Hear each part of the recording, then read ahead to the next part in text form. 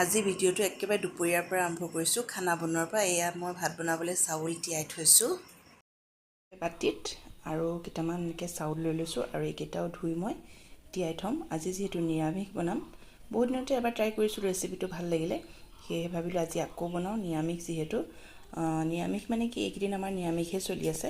আমাৰ বংশৰে এজন ভতিজাই হ'ব, তেখেত ঢুকালে, সেয়েহে আমাৰ নিৰামিষ হৈ আছে। আৰু আমাৰ ইয়াত আকৌ নিৰামিষ বুলিলে তিলনীৰ দিনাখনে আমাক তেল চুবলৈ দিয়ে। আমি মাছ মাংস কণীৰ বাহিৰে বাকী চবেই খাব পাৰোঁ। আৰু সকলো ফালে পিছে দহা সকামৰ নিয়মবিলাক বেলেগ বেলেগ হয়।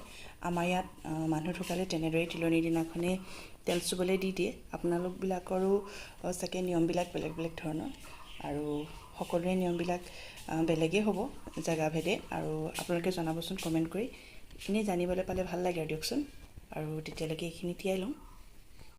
ভালদৰে চাউলকণ ধুই পেলাই মই এনেকৈ তিয়াই থৈছোঁ। আৰু এইফালে এটা বাতিত জিৰা গুড়ি, ধনিয়া গুড়ি, তাৰপিছতে হালধি, নিমখ দি অকণমান গৰম পানী দি কিছু সময়ৰ কাৰণে কোমলিবলৈ মছলাটো ৰেডি কৰি ল'ম। যিহেতু নিৰামিষ হয়, আৰু নিৰামিষ থালিত এইটো খুব ভাল লাগে খাবলৈ। আৰু এইফালে দেখিছেনে, তাৰ মাজতে মই ধুনীয়াকৈ আম টুকুৰা টুকুৰকৈ কাটি লৈছোঁ। আৰু এয়া আহিছে আমাৰ ঘৰলৈ পাৰ্চি, আৰু এয়া হৈছে ভতিজা মোৰ। আৰু ইহঁতৰ দুটাত এতিয়া গৰমত আম কাটি দিছোঁ, আৰু দুটা মোবাইল পালেতো আৰু একোৱেই নালাগে সিহঁতক। আৰু এইফালে আকৌ পাকঘৰলৈ আহি কঁঠাল গুটি টাৱাত সেকিছোঁ, কঁঠাল গুটিৰ চাটনি বনাম। আৰু এয়া দেখিছেনে, ৰেচিপিটোৰ কাৰণে এনেকৈ আলু মই টুকুৰা টুকুৰকৈ কাটি লৈছোঁ। অৱশ্যে গুটি আলুটো হ'লে বেছি ভাল হয়, এতিয়া যিহেতু পাবলৈ অকণমান দিগদাৰ, সেয়েহে এনেদৰে ডাঙৰ আলু কাটি অলপ হাফ ফ্ৰাই কৰি লৈছোঁ। আৰু হাফ ফ্ৰাই কৰাৰ পাছত আকৌ সেই থাকি যোৱা তেলখিনিতে কেইটামান জিৰা, তেজপাত আৰু শুকান জলকীয়া দুটামান দি এনেকৈ মই তেলত অলপ দেৰি ভাজি ল'ম, যাতে শুকান জলকীয়াকেইটা ধুনীয়াকৈ ভাজ খাই যায় আৰু জিৰাৰ পৰা ধুনীয়া গোন্ধ এটা ওলায়। আৰু তাৰ পাছতে সেইখিনি ভাজা হোৱাৰ পাছত ইয়াত মই যে তিয়াই থৈছিলোঁ চাউলখিনি, সেইখিনি দি দিম।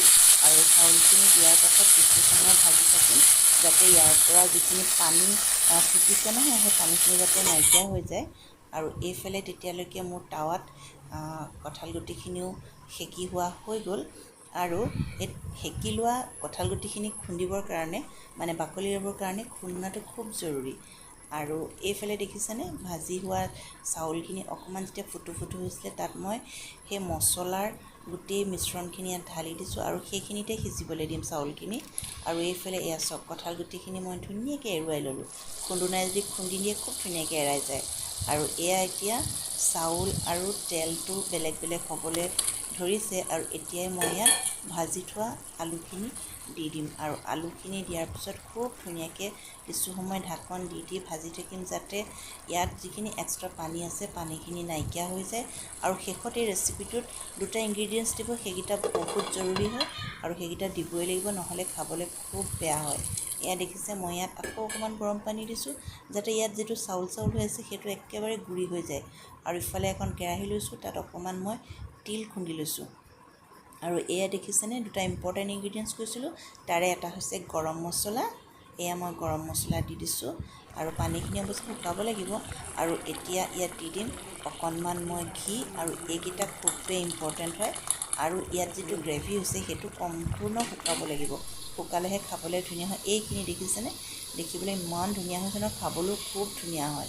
না নহৰু, না পিঁয়াজ, না কিবা মছলা, অকল ঘিউ আৰু শুকান জলকীয়া। আৰু এইফালে মই কঁঠাল গুটিৰ চাটনি বনালোঁ। আৰু এতিয়া থালখন ৰেডি কৰোঁ। এয়া লৈ লৈছোঁ ভাত, আৰু এয়া হৈছে পটল আলুৰ এখন শুকান চব্জি। এইখিনি মই বনোৱা আলুৰ মুড়িঘণ্ট ক'ব পাৰে, বা আলুৰ কি ক'ম, আলুৰ তৰকাৰী বুলিও ক'ব পাৰে। আৰু সেইফালে লৈ লৈছোঁ কঁঠাল গুটি আৰু এখন চালাড আৰু নেমু এটুকুৰা লৈ খুব ধুনীয়া আজি মোৰ দুপৰীয়াৰ এখন নিৰামিষ থালি। যিহেতু আপোনালোকে কমপ্লেইন নকৰিব বইল নাই খোৱা বুলি, আমাৰ যিহেতু তেল চুবলৈ দিয়ে, গতিকে এইখনেই আমাৰ নিৰামিষ থালি। Thank U, bye bye.